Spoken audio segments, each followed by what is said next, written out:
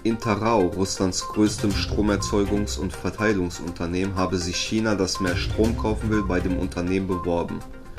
Stromausfälle in vielen Regionen Chinas, insbesondere aufgrund der Probleme bei der Kohleversorgung, beeinträchtigen das Leben im Land.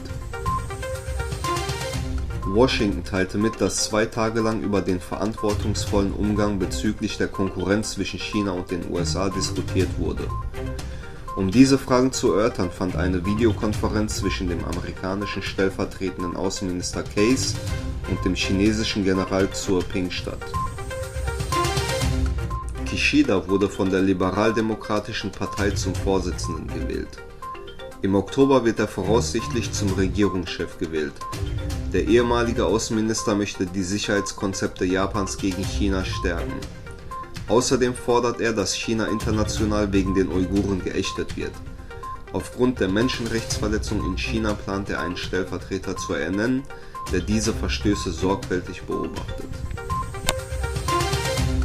Der Außenminister der Übergangsregierung der Taliban Muttaqi traf die Diplomaten verschiedener Länder in Kabul. An diesem Treffen nahm auch der stellvertretende Präsident Biradar teil. Die Taliban äußerten, dass sie glücklich über die diplomatischen Aktivitäten in Kabul sind. Die Handelsministerin der USA Raimondo erklärte, dass die chinesische Regierung den Kauf von Boeing-Flugzeugen verhindert. Somit hat sich China nicht an die Handelsverträge von 2020 gehalten. Der philippinische Außenminister Lorenzana teilte mit, dass die Verhandlungen mit den USA über die Verteidigungsstrategie der kommenden 70 Jahre begonnen habe. Die Abkommen könnten auch abgelehnt oder verändert werden.